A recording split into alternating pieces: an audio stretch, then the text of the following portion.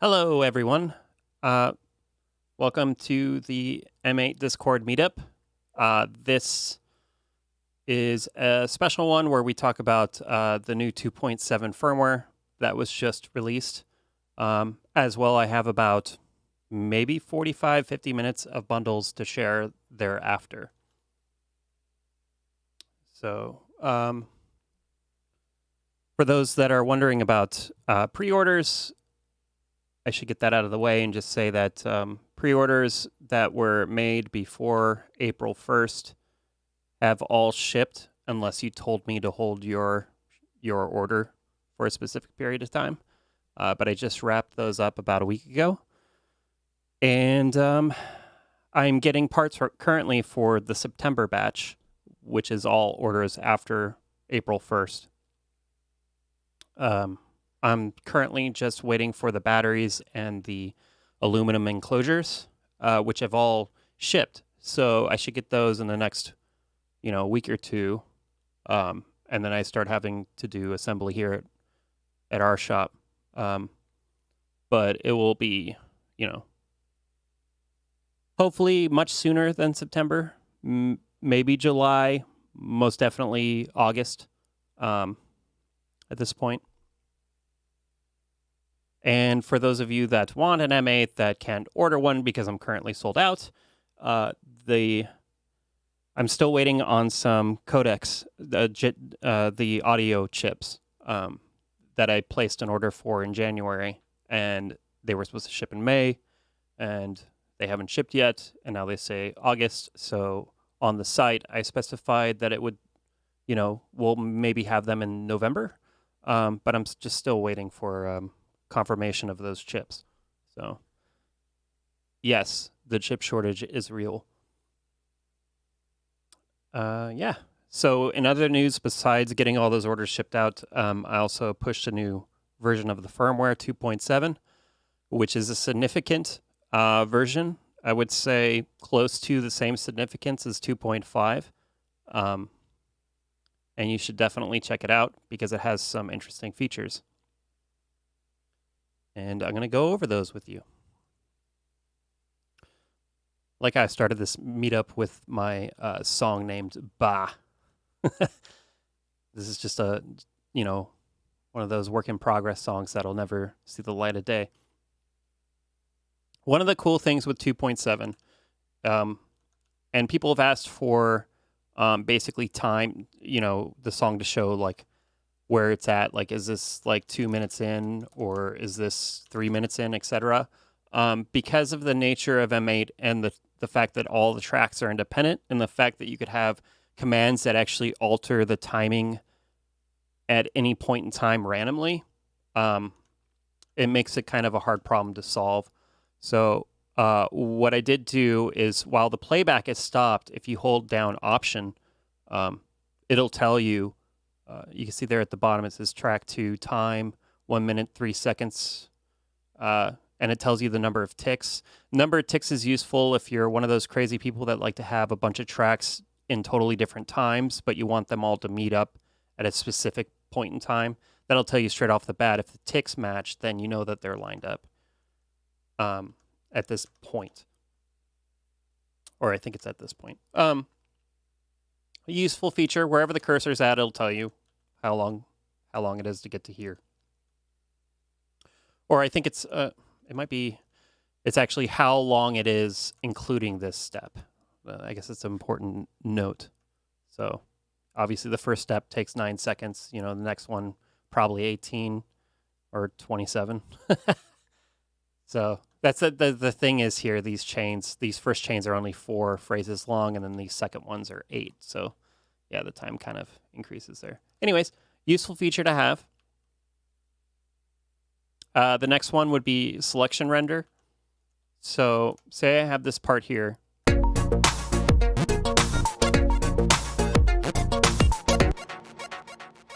And I want to render, I don't know. Let's see what these are. Like, let's say I want to render this drum part and insert like a re-render of the synthesis or samples that are going on here. I can make a selection, and while playback is stopped, you could double tap edit, and it'll ask you render selection to sample. You hit OK. It'll render whatever is selected here. And boop. And then if you insert a new if you insert a new note, it already has that rendered selected. So yeah, you see this is what it rendered here. That includes, doing the whole row if you wanted to. Oops. Let's do the double tap edit. And this is kind of a useful feature for people that want to, like, say you have one song row and you want to like make it go backwards, or scratch it, or whatever you want to do to it. This is basically a cheat code to do that very quickly. So I just rendered all of the tracks of that specific row into a new instrument. And so if I set this up real quick, I'm inserting a bunch of empty phrase or empty chains. Make this maybe 4 bar lengths long. Oh, those are already. Let's pick a new number here. Make them all 4. And this one, I'm going to put a kill command in. So basically, I'm creating a song row that'll only play this one channel and stop any volume in all the other ones.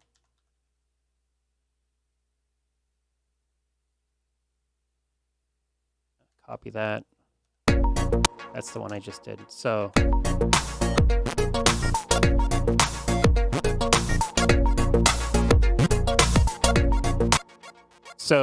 you could hear if let's see, what's that? FD? Does FD have a kill? Let's just put this in here as example. So one of these rows is playing all of these chains with all of the instruments and samples. The other one is literally just a re-rendering. So if I put the play mode here in backwards,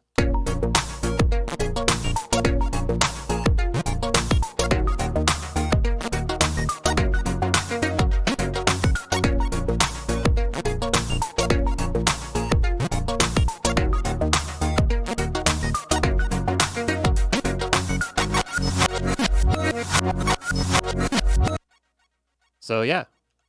It also, you might notice here on the instrument that was created after you did the quick render, it also changed the dry volume of the sample, and set the velocity to 7F.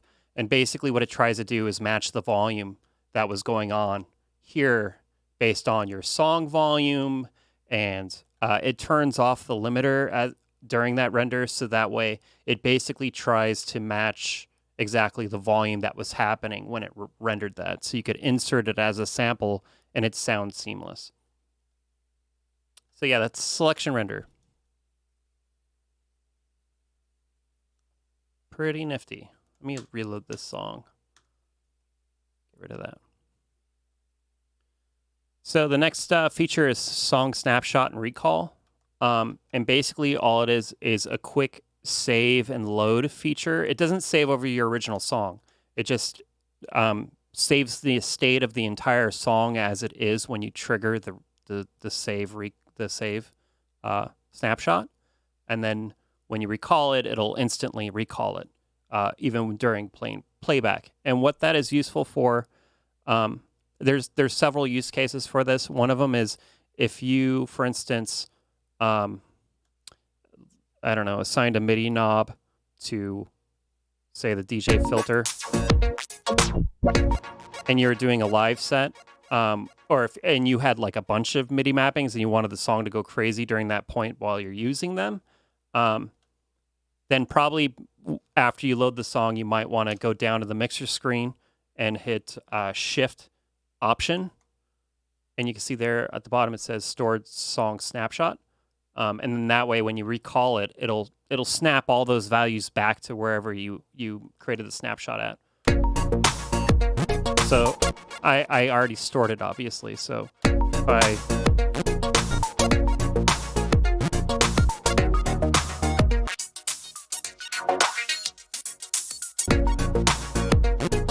that snapshot recalls everything in the song, the samples that are used, the mixer settings, every single parameter in every instrument. So you could go ham and like assign a bunch of shit across. Sorry for the language. A bunch of stuff across all of the instruments, and then you can recall that instantly. Another use case for you using the snapshot is if, say, you wanted to start experimenting within your song, either changing the instruments around or changing the song structure a bunch, and you want to do it in place versus kind of using this unused space down here, you could do that. And if you hate it, you could always recall back to where you were before, as long as you store that snapshot. It might be also useful if you're using if you're using external Midi to record, say, a bunch of lines, because normally when you do external Midi in real time, what you end up having to do, say you want to record a lead that's happening in M8 using external Midi, you end up creating a bunch of new phrases and, basically start recording in all of those notes across all the phrases during that take. And if that take is terrible, if you stored that as a snapshot before you started, you could always recall back to have all of those phrases be emptied. It's kind of a more obscure use case, I think. I think the normal thing is snapshots are convenient for live use. Everything else is kind of up to you how you want to use them. So another new change. Let's create a new project.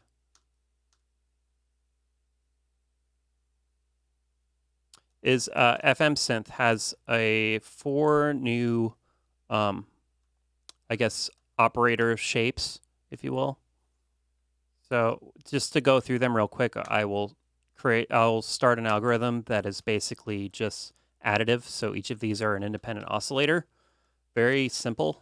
And I'll turn them all down except for the last one, so that we could go through them and hear like nothing else happening. So this is just a pretty quiet sine wave. Let me turn it up a little bit. So the 4 shapes, or the 4 new shapes, is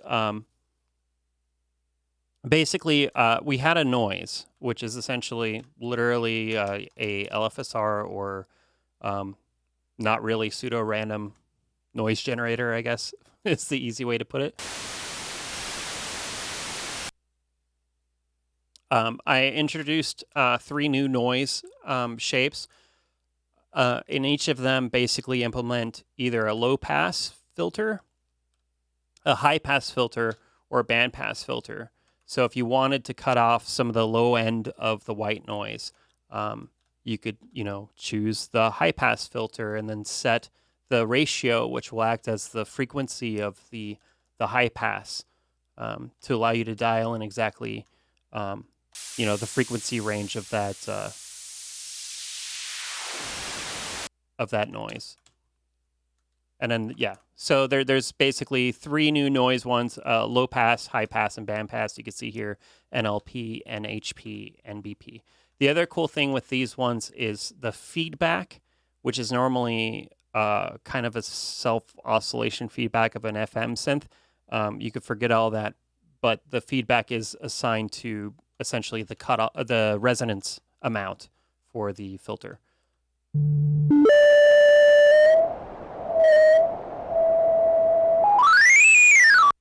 Yeah, it could get pretty nasty here, but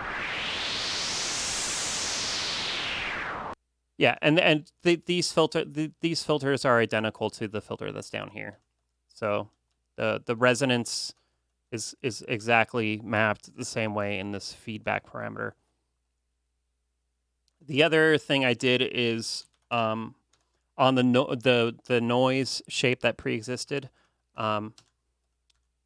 essentially both the ratio and the feedback did nothing to it. It was always the same noise. And that is actually still the case with ratio. It doesn't change anything. But I ended up mapping feedback to essentially the sample and hold, I guess is the easy way to put it, or frequency of the noise oscillator. So you could basically turn it into kind of the, I'll just play it. Whereas before, neither of these did nothing. Now at least feedback does something. The reason why I didn't change ratio to do something is I didn't want to break old songs. And technically speaking, if you had a feedback value in noise before it did nothing, if you still want that old thing to sound the same, just set that to 0 if you had it set to something random before. If you just clear that to 0, it'll be the same as it used to be. But this kind of opens up the door to do kind of LFSR has a character. The noise of LFSR has a characteristic that's like old computer console. It's basically a really cheap way on the processor to create pseudo-random noise. So yeah, those are all the noise changes for the FM synth. And then the other thing is a new one called Click. And what Click is a single cycle sine wave oscillator, which means that the shape of a sine wave only plays once, and it only plays when the note is triggered. And what that's useful for is for percussion. If you want to add extra transient to the beginning of a percussive FM synth, Click allows you to do that. If I slow this down to some really low rate, you'll see it, I think, in the... oh, that's maybe too low. Let's see if we can speed that up. Oh, God, I lost myself. Hold on. Maybe I can't do it so we could see it in the... Yeah, you can kind of see it there wobbling up and then down and then stops, essentially. Yeah. That, and the other thing that Click does is any destinations in the algorithm that Click is controlling, the feedback sets the phase position of those oscillators. It's basically a really useful tool for working on percussive elements, especially bass drums and that type of stuff. So I just recently saved an example here if you want to see instruments, drums. There it is, Click Kit. So here's an example kick. And the algorithm is set so that this one here is basically a modulator of this one and this one. So that means that this click is setting the phase position, the position at which these two waveforms start, as well as it's adding a click transient to it, essentially. And then I have this other one at the end that's a noise high pass that's just there, not being affected by anybody else.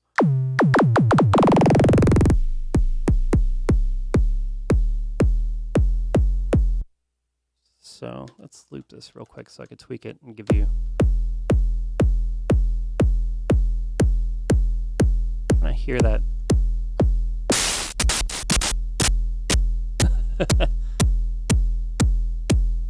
So I slowed down the ratio a lot on the click and it was just going haywire. But if I turn this off completely, you see how the click kind of goes away completely.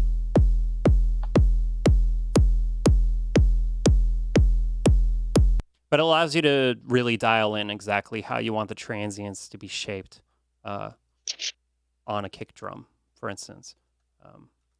Yeah, those are the new modes for FM Synth. It was really just to make FM Synth a little bit more useful for doing percussion.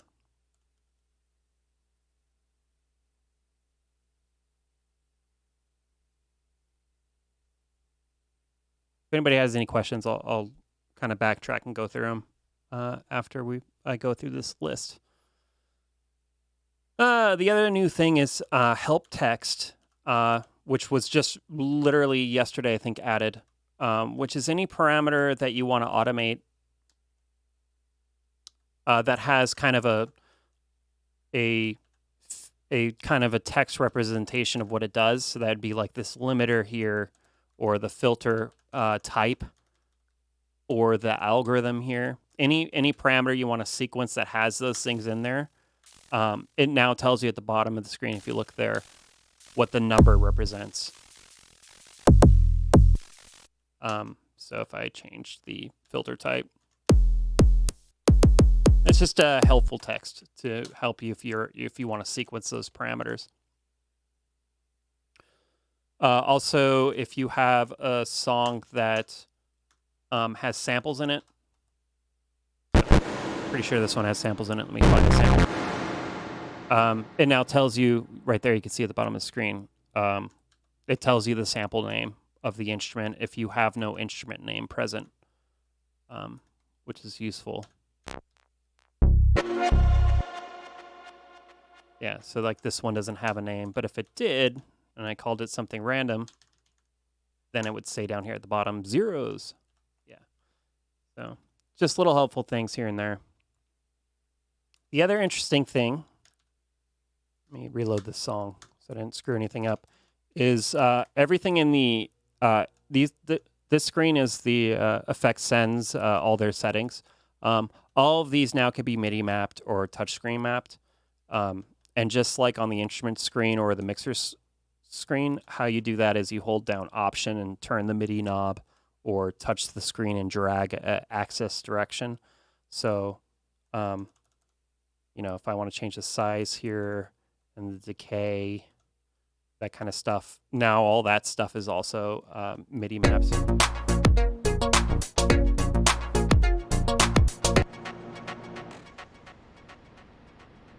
I don't know if you could hear that, but I MIDI mapped these two guys. But yeah, convenience factor for doing, you could, that reverb, if you try tweaking and messing and automating the reverb, it gets into some pretty wacky terrain very quickly. You see that here. It's assigned to the reverb size and decay. Yeah. Let's see what else we got. MIDI out internal instruments. So with a lot of gear, including M8, people like to plug the MIDI out into the MIDI in and then do some wacky things that the firmware doesn't necessarily allow you to do. And I've played with this feature in previous betas just to try to make it work. But I decided this go around to just like let people play with it. So what it does is, if I create a new MIDI instrument here, there's a port selection here for MIDI instrument, MIDI, which is a physical MIDI jack, or and USB, or MIDI only and USB only. It used to stop here. Now there's an internal one. If you set this to internal, and say you wanted to, I don't know, say you had a bunch of effects assigned to the reverb setting, or you could assign a bunch of MIDI CCs, or right now what I just did is I assigned the touchscreen x-axis, the left to right axis, to size and decay and mod depth on the reverb, just as an example. So if I go here to the MIDI map screen, you can see all three of those parameters are currently assigned to touch x-axis. If I change this to say control number 1 on all three of these, and then on this MIDI instrument, since this is now internal, I set the first CC to 1 as its control channel. When I mess with this here, it's actually sending internally, rerouting the output of that MIDI instrument back in, and then affecting all three of those effects commands simultaneously. So if I did CCA and then did a rep on it, so it just starts increasing over time, you'll see here that now all three of these are just kind of going crazy. So that's one use case, is being able to like map a whole ton of things if you wanted to get kind of experimental to a couple different CCs, and then internally control those with an instrument. You could do that now. It's a pretty significant use case for that, I think. The other use case for it is, I'm going to set this to channel 2, so it's going to be setting on channel 2. And I'm going to set a program change to 1. Is you could send MIDI back into the track MIDI input here. And the reason why that's pretty cool is it would allow you to do polyphony while eating up a lot of the tracks using a single channel. So how you would do this is, create a MIDI out instrument, set the channel to some number that you want. Like I could just say 16 here. Set the program change to what instrument you want to control inside M8. So if I said instrument 1, because currently I'm on instrument 0, if I go to 1 and then say put set up a basic generic instrument here.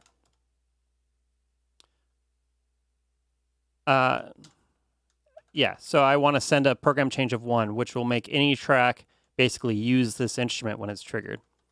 And then in the MIDI settings, all these track MIDI inputs here can be put into polyphony mode, basically a round robin mode, which means kind of trigger one after the other every time a new MIDI note happens. Set this to poly, set all of these instruments. I think I just set it to 16, set them to 16. Pretty sure I just set the channel to 16. And you don't even have to worry about these because the program change will change the instrument automatically. Yeah, so channel 16, what I just mapped to. So that means as I trigger this, nothing happens. Oh, well, that's devastating. Hold on. We look at what I did here. That should be fine.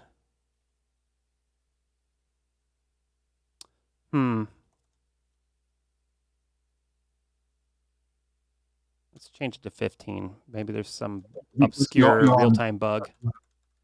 You're on track 1. Yeah, but track 1 is currently set to MIDI channel input 1, so it's fine. Oh. So, okay, there we go. Why does MIDI channel 16 not work? Okay. Regardless, maybe not set it to 15. Normally, actually, what I do is I set all of these. If I want to have my control track, be channel 1, I'll normally set up all the other tracks as like channel 2. That's kind of my normal go-to. Don't worry, if there's a bug, I'll look at it. So I just set all those to 2. So that still doesn't work. Oh, I know what's going on. It's the program change. I almost guarantee it. Or maybe not. Oh, dumbass. There we go. So channel 2, and we want that to be that. So there we go. Okay, so why this is cool is the MIDI instrument has kind of chord commands. It has this chord command, which basically the first digit sets the first number, or the second note number, and then the second digit sets the third. So now I have a chord here, but it's using an M8 synth as the input synthesizer. Kind of confusing, but kind of neat. Especially if you look at, let's put another one here. Let's put an add, which will add to the bass note. There we go. So if I wanted to render this, for instance, with that new quick render feature that I showed you all, let's just set up here and then double tap. Oh, I have to enter in a song name for render to work. Perfect. So now I have an instrument that is a sampled chord that I just created. I don't know if that makes sense or not, but it's a super cool feature to be able to control internally M8 doing polyphony on a single channel while using the other channels. It's kind of hacky, but it allows people to do that without having to plug a cable from the input to the output and then hoping things don't crash. I just heard a comment, so let me change this real quick.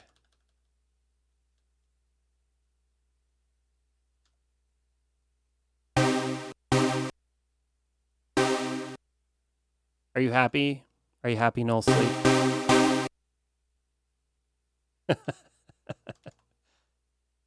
But yeah, you get the idea. It allows you to do chords by utilizing all of the channels or all of the tracks or as many of the tracks as you want. It's all about configuring,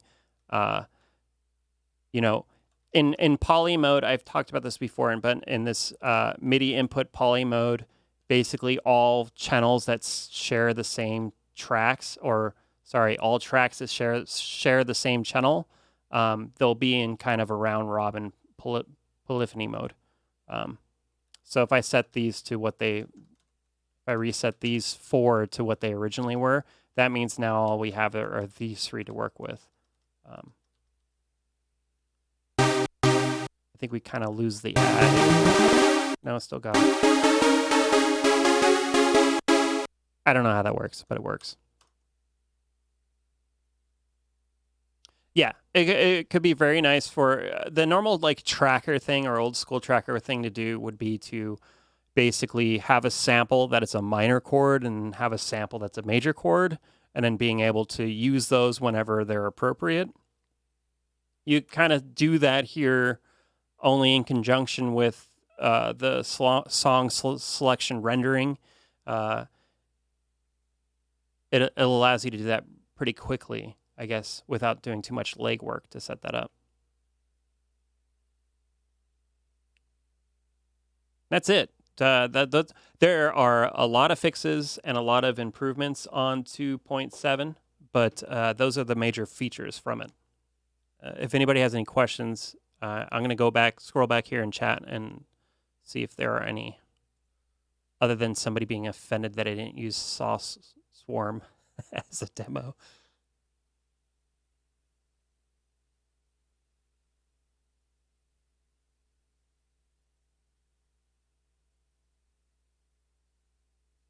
Hey, Mikey, do you have any questions, concerns, or comments?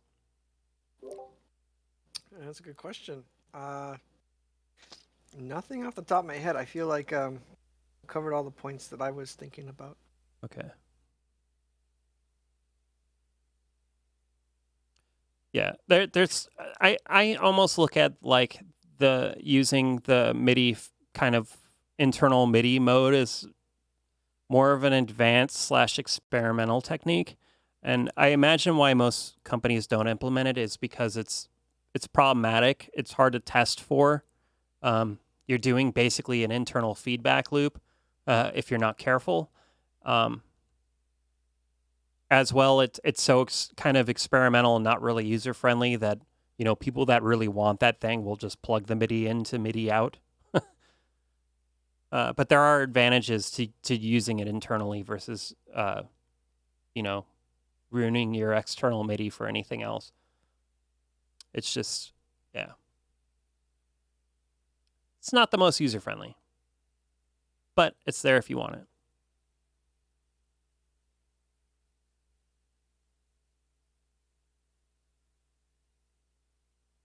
Yeah, I definitely think a lot of the use cases for just basically resampling.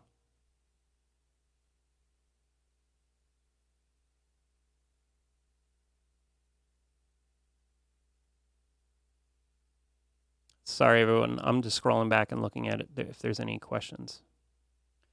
Somebody asked what was the shortcut for snapshot and recall. It's in the changelog, but it is basically the same shortcut you would use in the song or anywhere else to start a selection, which is shift option. So if I did shift option in the mixer screen, it would store the song snapshot. And then to recall it, it's the same shortcut you would use to paste a previously copied selection somewhere else, which is shift edit. It's implemented in the mixer screen and in the project screen. We'll do the same thing.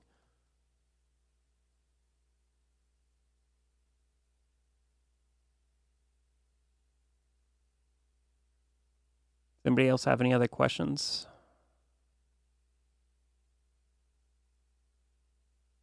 Somebody asked, is there any way to implement this kind of chord mode without the MIDI hack? Not really. Unless in some future version inside the project you would assign what voices are assigned to which track. or which tracks share the same set of voices, and then have to worry about when you're sequencing when to start or stop those voices. And you couldn't really do chords because you would need some kind of special additive chord command that's kind of song level to do that. It's certainly possible, but it's in the realm of like, how many things do we have to change to get that to that point, and is it really user friendly at the end of the day to do that?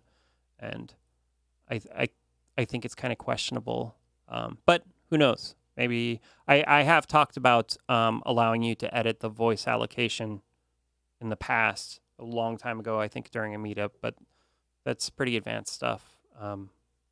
And prone to, I don't know.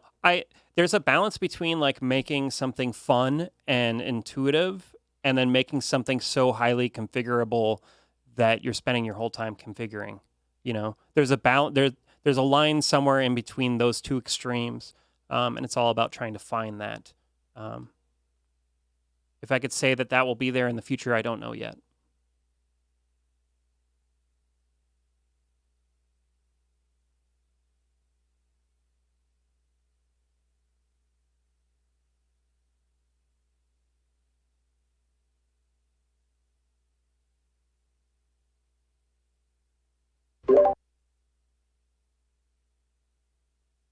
Somebody asked if I could cover how people do Vocaloid type vocals in songs. I would have no idea personally, because I don't technically do that. If you're talking about using the vowel synths, etc., and macro synth, I think that just takes a lot of legwork to make it sound practical and usable. Somebody else asked,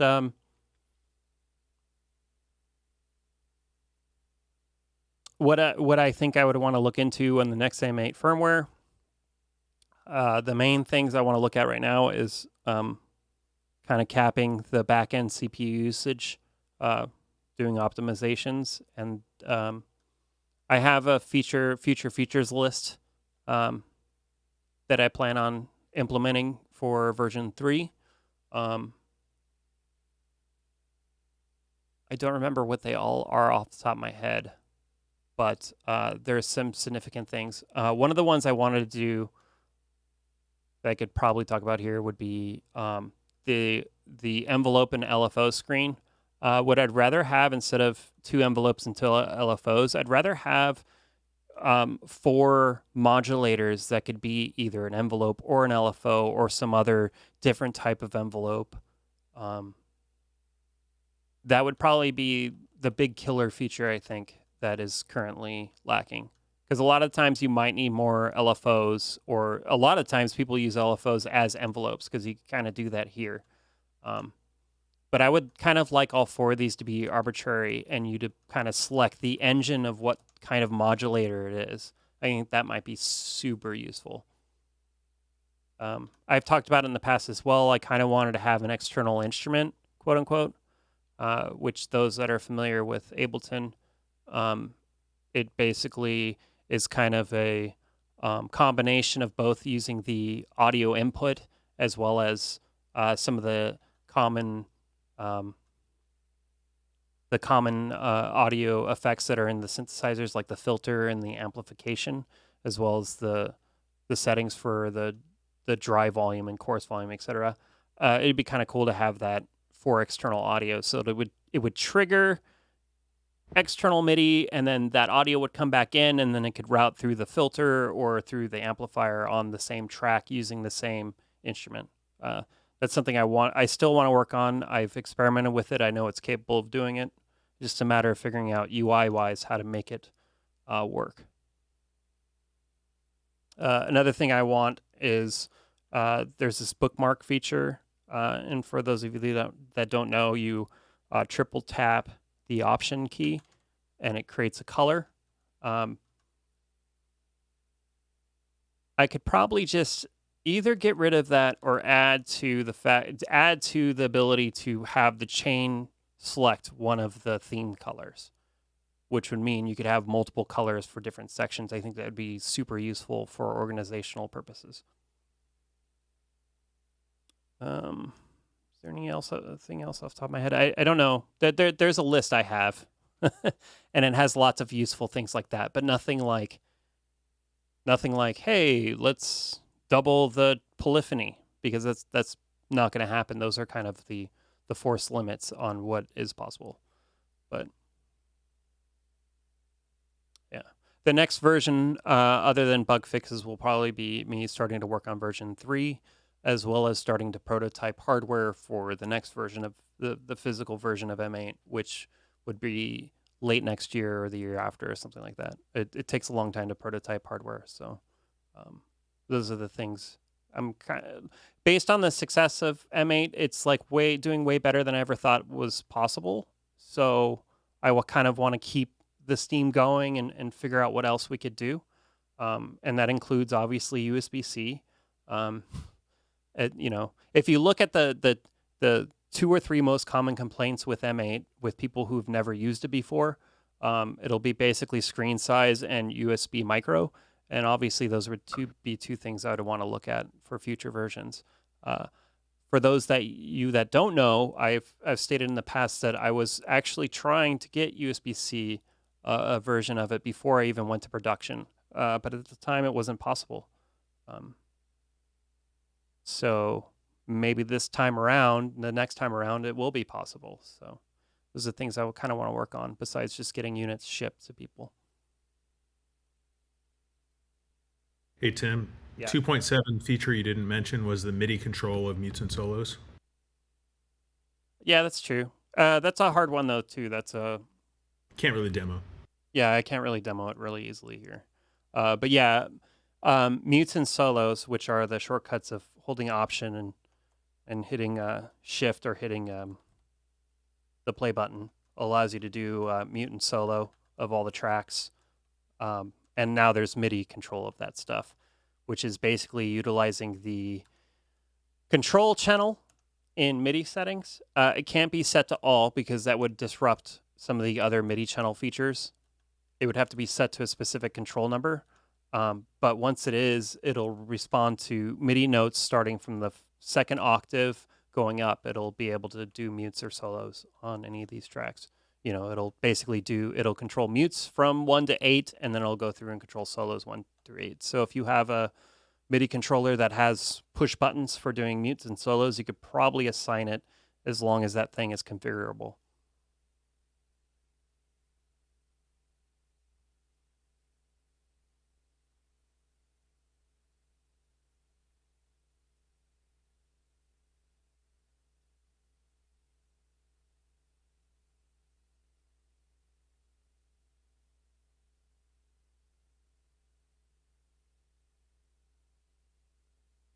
So if anybody has any other questions, let me know.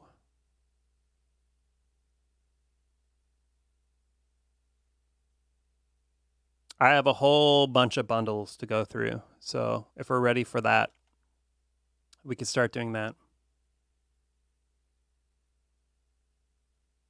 Somebody asked, the new FMOS, do you know any good examples of what to use the noise sample and hold for?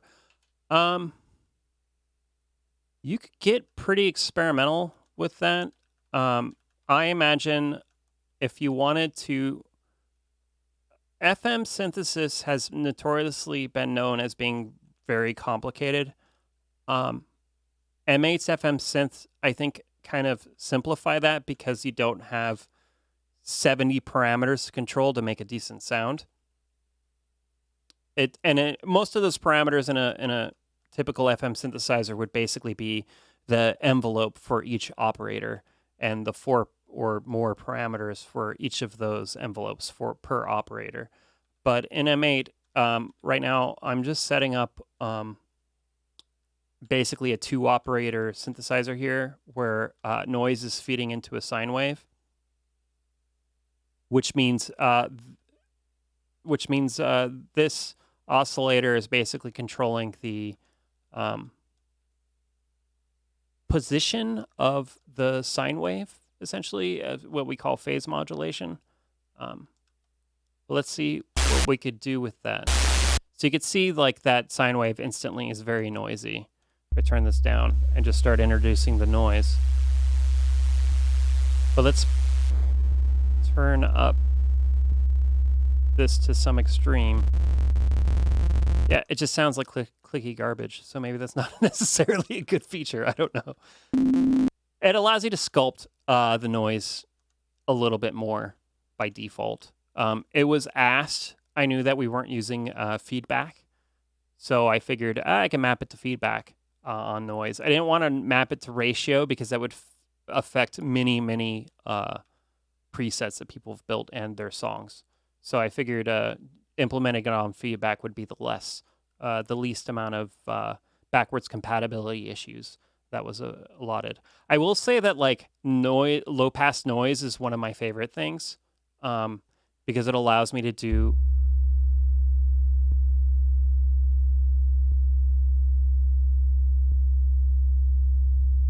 really subtle stuff.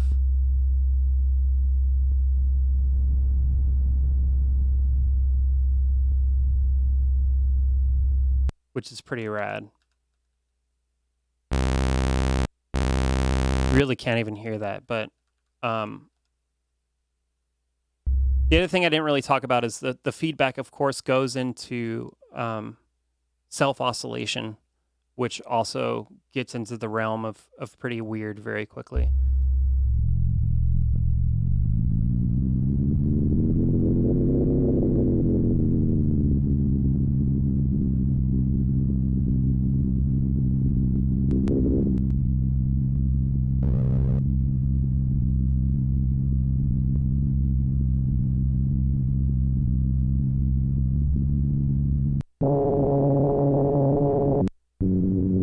Yeah, it's definitely there are really cool sound design things kind of hidden in there, I think.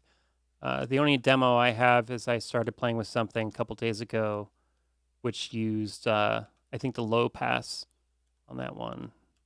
Called it U.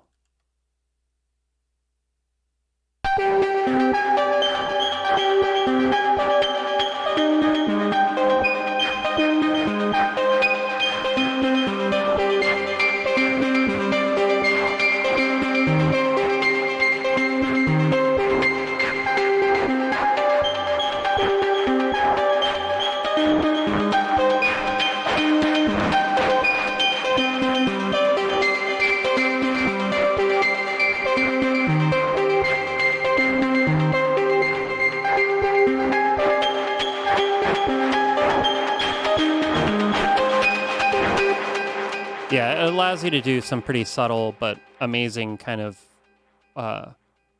more dynamic kind of sounds out of it, I think. Yeah, I think currently my favorite is definitely the low pass noise. Adds a lot of interesting harmonic kind of dusty stuff. Yeah, somebody said dusty, and that's exactly what I was thinking.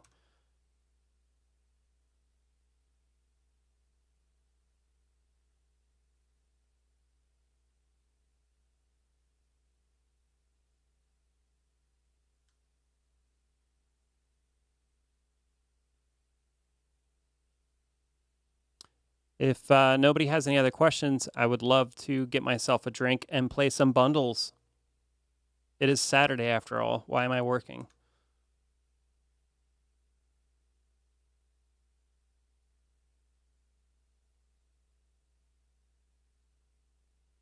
Somebody asked, what was the command to preview the name of a sample again?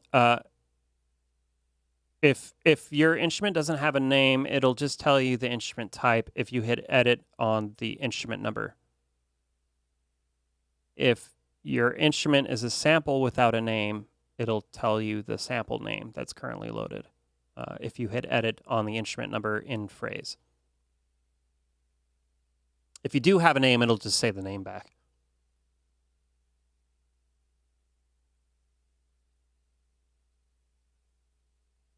I think it's bundle time. So we have probably about 45 minutes of bundles. Not exaggerating. One of my favorite features now with the hold option thing is any bundle, I could like hold down option and it'll tell me, oh, this track currently is 3 minutes. So that means I could go grab a drink while the song is playing. So this first song is Bass Control by Coops. Thanks everybody for submitting your bundles.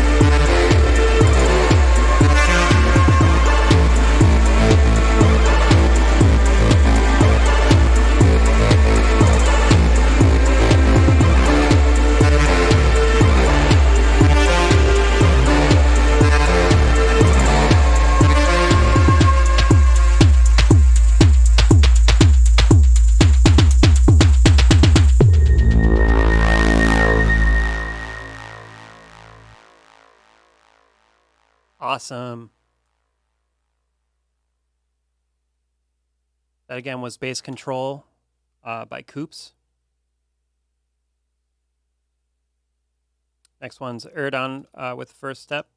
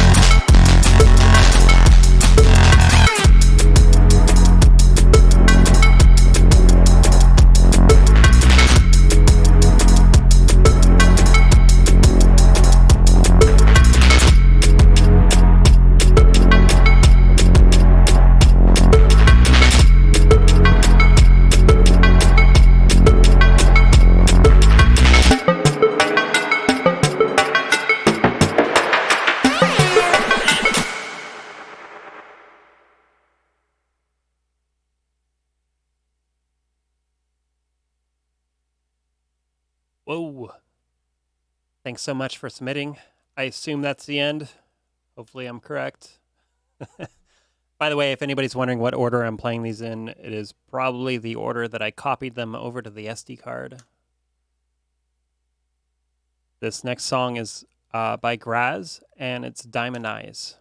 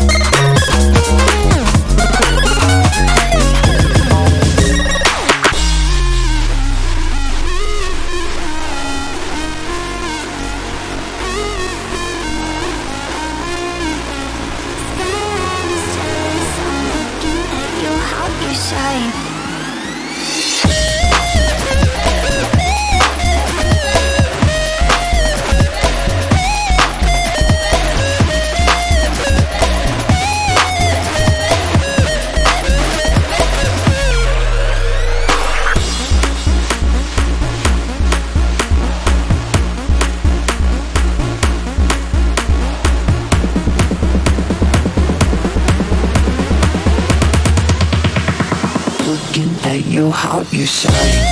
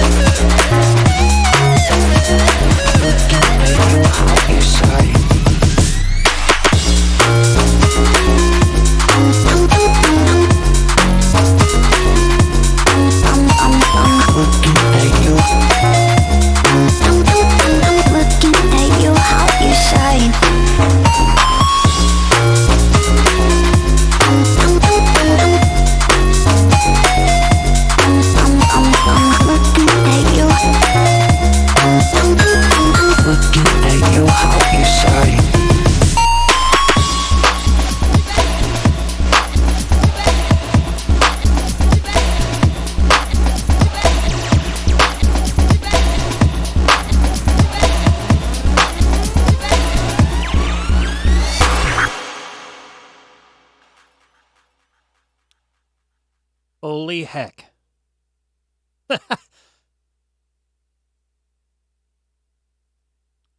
So that was Graz with Diamond Eyes. Graz mentioned that it wasn't made with 2.7, and some things might be out of whack, but if you ask me, it sounds incredible. I wouldn't worry about it, personally, and I'm a really picky bastard. Sorry about that. This song is El Sol by Old School Buzzer.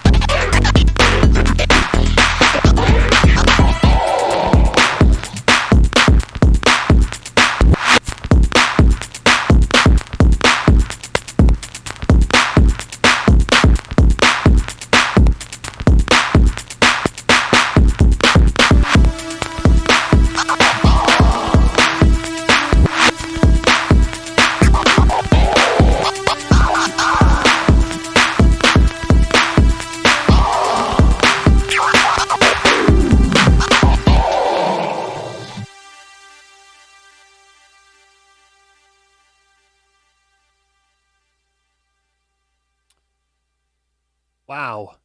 That is what I would classify as old school. That was amazing. Thank you so much for submitting. This next track is Jemmons with Abet Parte. I can't pronounce that. A-B eats A Parte.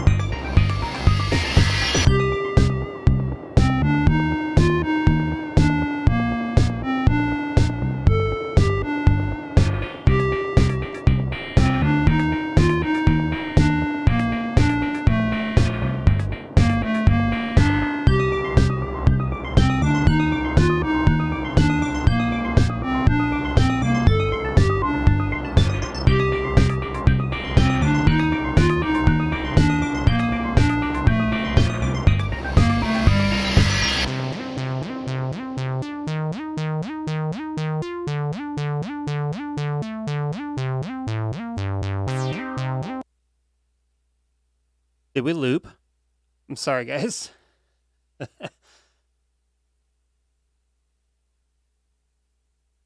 Yeah. Had to go take care of something.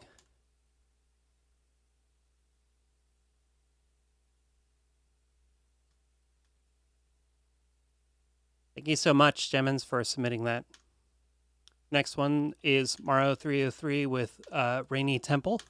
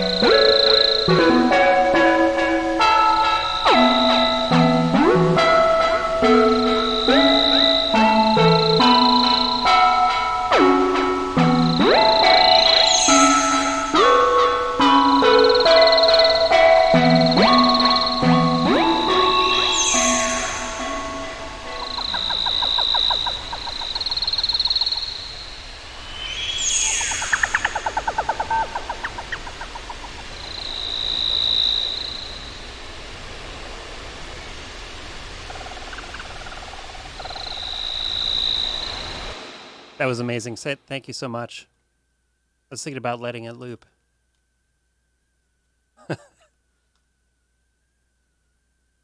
Hey, Mikey, should we play your track? All right, you didn't respond. I'm going to skip you.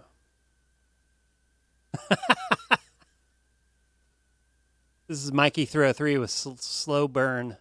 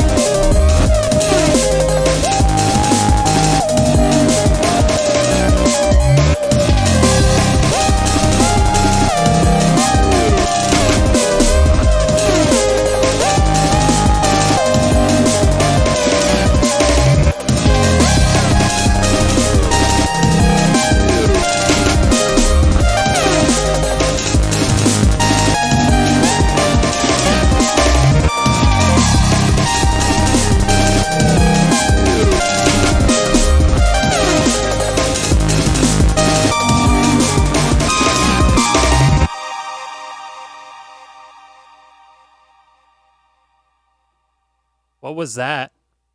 Should I let it loop?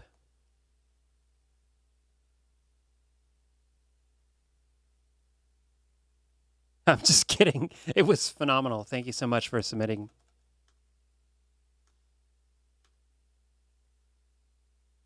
This next track is Model Module with Evermore.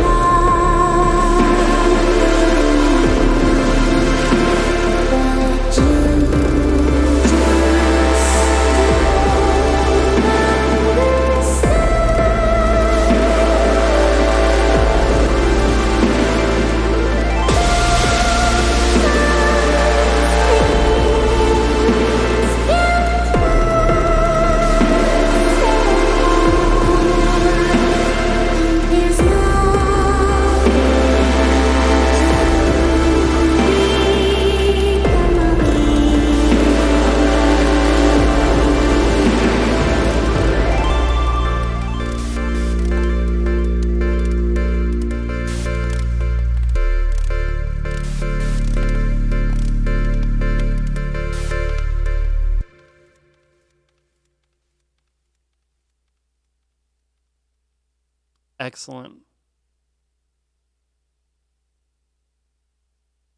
Super pretty. Next song is by Disposable Planet. Highway 5.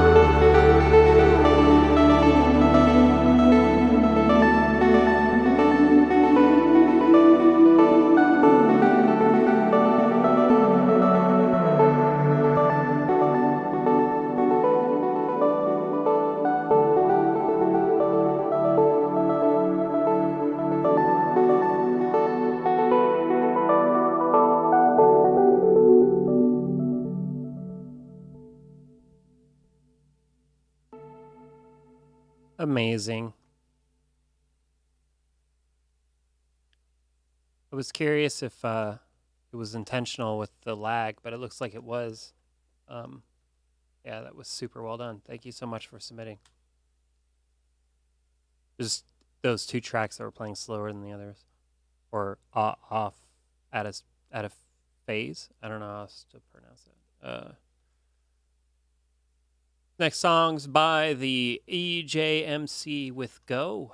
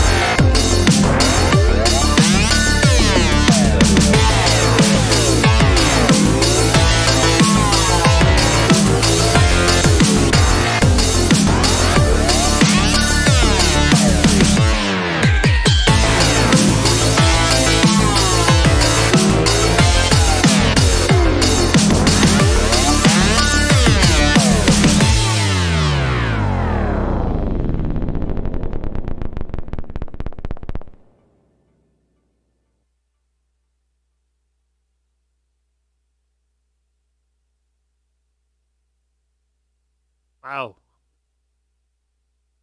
Thanks again for submitting. That track was the EJM3 with Go.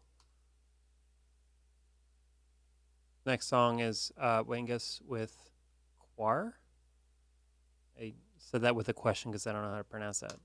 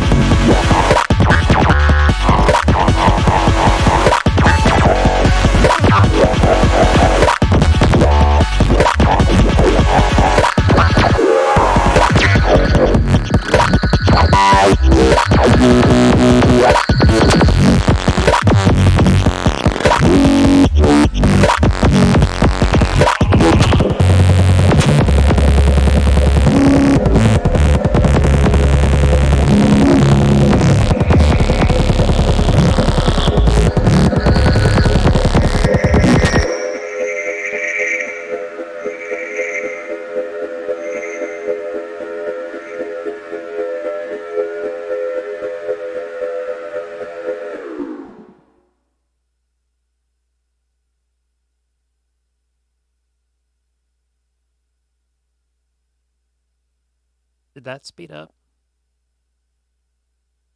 I'm confused. That was intense. Thank you so much for submitting. What was the name of that song exactly? Because I'm pretty sure maybe I got that wrong on Quar.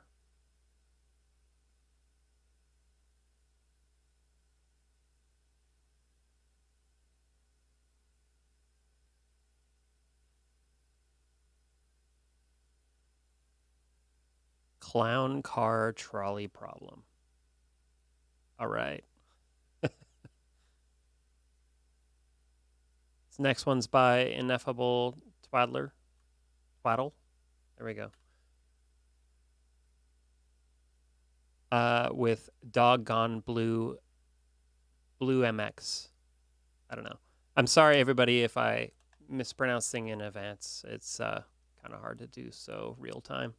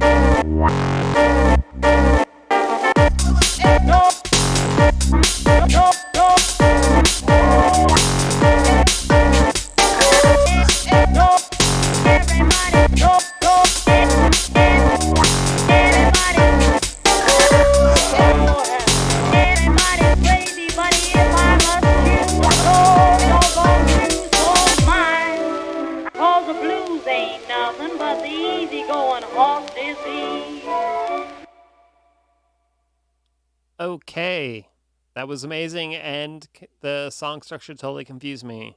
I guess that's using the song hop feature. Yeah, so it'll increment, it'll skip over these spaces. Highly unusual, but kind of cool in an organizational sense. I imagine that rendering it would be problematic, but still really cool. Thank you so much. Next one is Glooms with Plstkftprsms.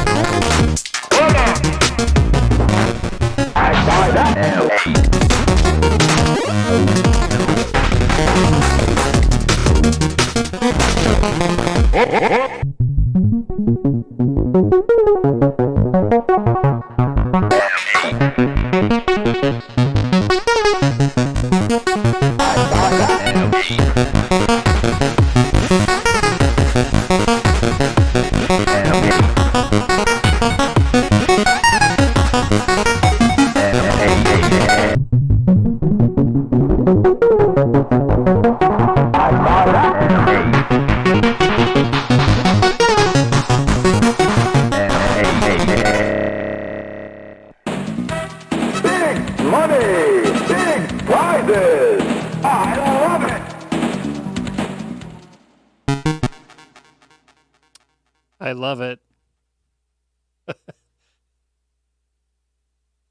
Thanks, Glooms. The last song for this M8 meetup is Jeffers with Layrz. I don't know. If anybody else knows how to pronounce that, please let me know.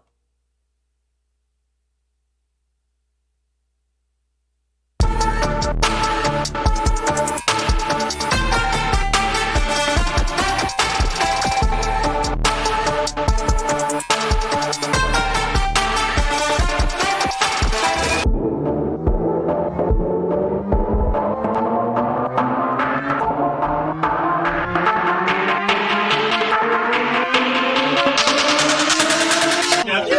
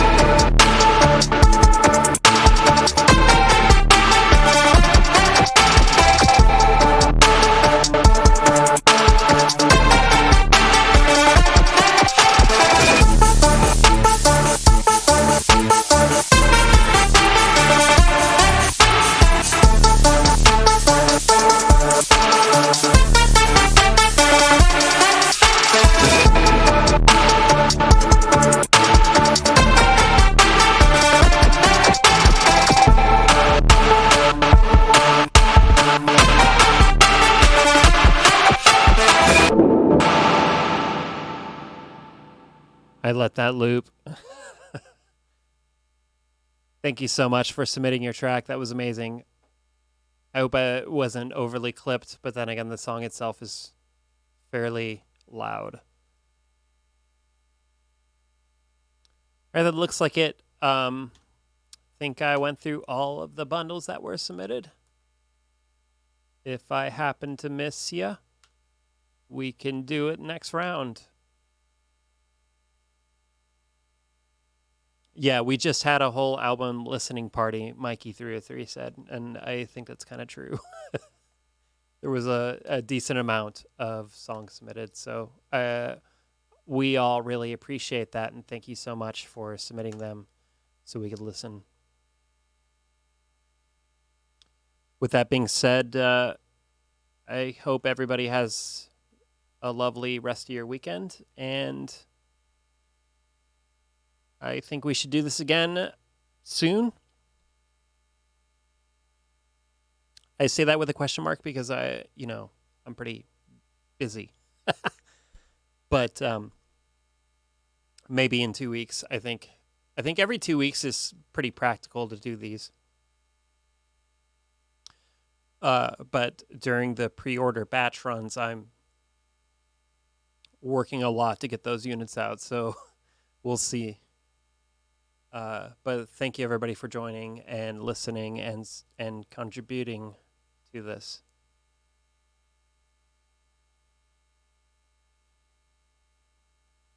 All right, y'all. See you later. Thank you.